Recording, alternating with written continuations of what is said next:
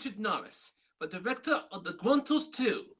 But the film I am introducing is the Gruntles 1, the first one.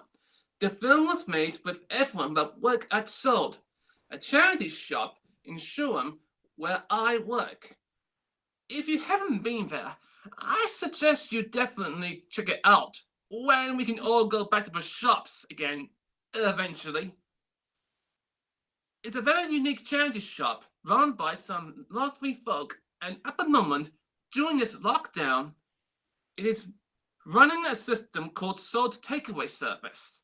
So Carolyn is running around with items such as books, DVDs, and CDs to people who need it in the Shoreham area. If you know anyone who may be in need of brightening their days, check out the SOLD Facebook in the link below. Anyway, did I mention? I was the one who did the illustrations for both this film and in the shops. Anyway, back to the film's intro.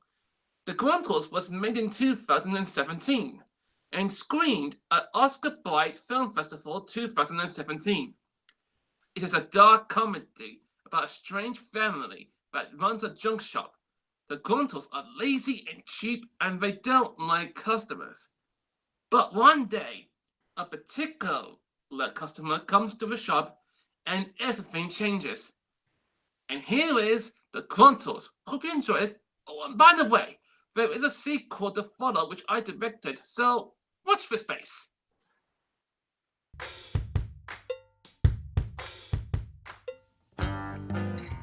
Somewhere in England, hidden away, there is a little town with a little junk shop in it. The shop is called Gruntle, Gruntle, Gruntle, Gruntle and Gruntle Limited. This is Myrtle Gruntle. Myrtle doesn't like noise and hates it when people touch the books. This is Myrtle's brother, Malcolm Gruntle. People bring him things to fix, but usually he just makes them worse. This is Malcolm's sister, Maureen Gruntle. She wants all the clothes for herself and likes to wear as many of them as possible all at once, so that customers cannot buy them. This is Maureen's brother, Mervyn Gruntle. He never has any change for some reason. He's really not nice at all.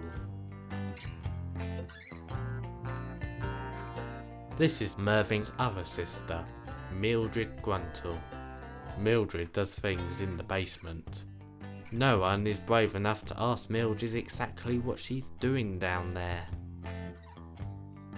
The Gruntles are too cheap and untrusting to hire someone outside the family to look after the videos and CDs in the shop. So they keep a mannequin in this area. Now you can see why the Gruntles don't have many customers. They're grumpy and rude and really quite selfish. But one day, a very interesting but strange customer came to the shop and everything changed.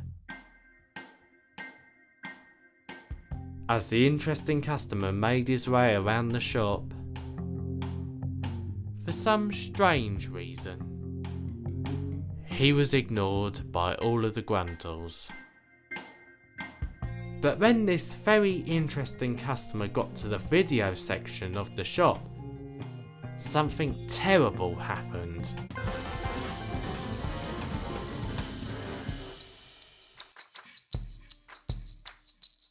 Or was it fortunate?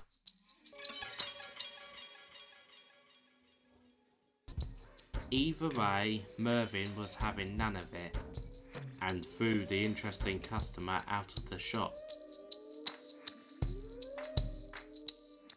Mervyn has had enough.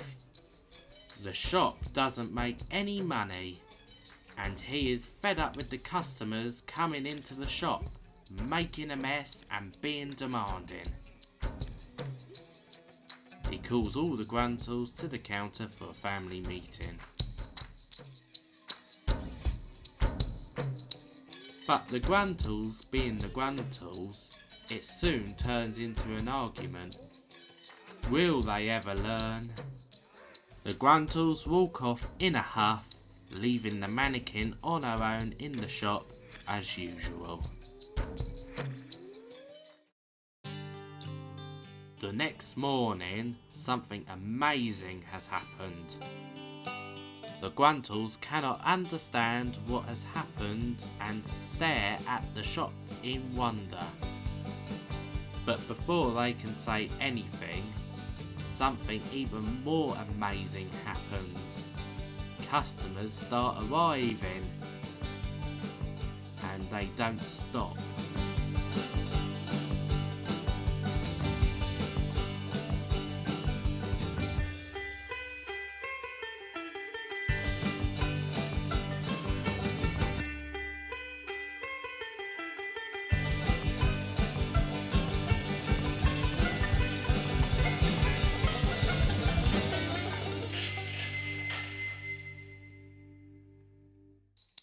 It's the best day that Gruntle, Gruntle, Gruntle, Gruntle and Gruntle have ever had. But the Gruntles being the Gruntles, they don't trust each other and have a big argument about who should look after the money. It's too much to keep in an old broken till, so after much thought they decide to hide it somewhere clever for safekeeping overnight.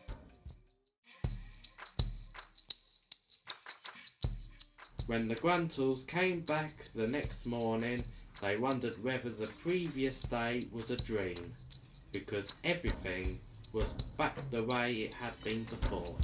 And what was worse, when they got inside, they realised that the money and the mannequin were gone.